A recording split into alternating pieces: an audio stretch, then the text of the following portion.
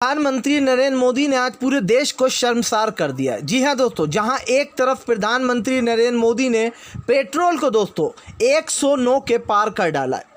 दोस्तों ये वही प्रधानमंत्री हैं जो मनमोहन सिंह साहब के टाइम कहा करते थे कि पेट्रोल 70 रुपये काफ़ी महंगा है, पेट्रोल का दाम कम होना चाहिए।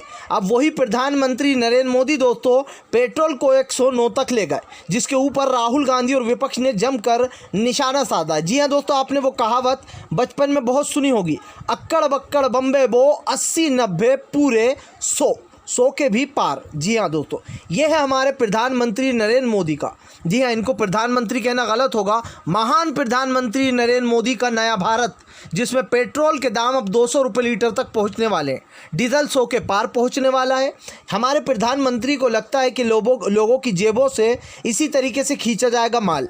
जी हाँ, पेट्रोल को आप 100 के भी पार कर दो। पहले पेट्रोल 105 करा, अब पेट्रोल लगभग दोस्तों 109 रुपये लीटर तक हो गया है।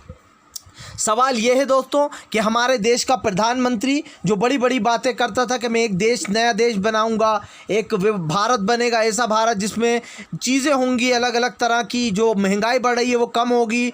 सोचिए दोस्तों, नरेंद्र मोदी के वो सारे दावे उनकी तरह फुस हो गए। जी हाँ, एक तरफ दोस्तों प्रधानमंत्री नरेंद्र मोदी की बंगाल में करारी हार होने का सबसे बड़ा कारण ही यह है कि प्रधानमंत्री के झूठे वादे लोग समझ चुके हैं, चाहे वो बंगाल चुनाव हो या फिर दोस्तों आने वाला 2024 के चुनाव हो। प्रधानमंत्री नरेंद्र मोदी की कलई जो है वो लोगों के सामने खुल चुकी है। देश की जनता जान चुकी है कि इस देश का प्रधानमंत्री लोगों को गुमराह कर रहा है।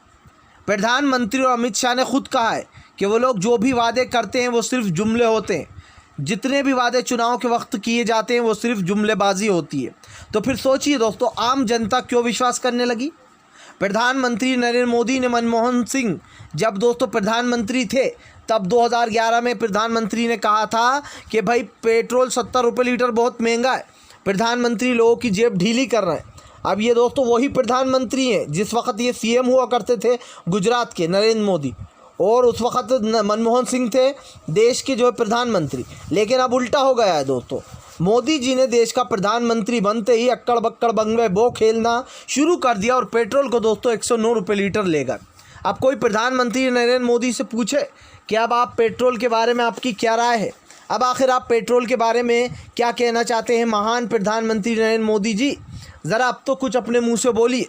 मुझे यकीन है दोस्तों प्रधानमंत्री इस बात का जवाब नहीं देंगे। जी हाँ, क्योंकि ये वही प्रधानमंत्री हैं दोस्तों जो बड़े बड़े दावे किया करते थे लेकिन अब फुस हो गए। प्रधानमंत्री नरेंद्र मोदी हर जगह को दोस्तों गुजरात मॉडल बनाने की बात किया करते थे, अब तो ये हालत हो गई है दोस्तों, अगर किसी से पूछ लो क्यों भाई गाड़ी लेकर चलेगा, तो लोग कहते हैं भाई मैं साइकिल चला लूँगा लेकिन गाड़ी लेकर नहीं जाऊँगा। कहाँ गए वो बुद्धिजीवी लोग, अमिताभ बच्चन, अक्षय कुमार, अजय देवगन, जो कि दोस्तों कांग्रेस के टाइम पर ट्वीट किया करते थे, बड़े बड़े नेता अनुपम खेर, जी हाँ ये बड़े बड़े एक्टर जो है दोस्तों कांग्रेस पर निशाना साधते थे।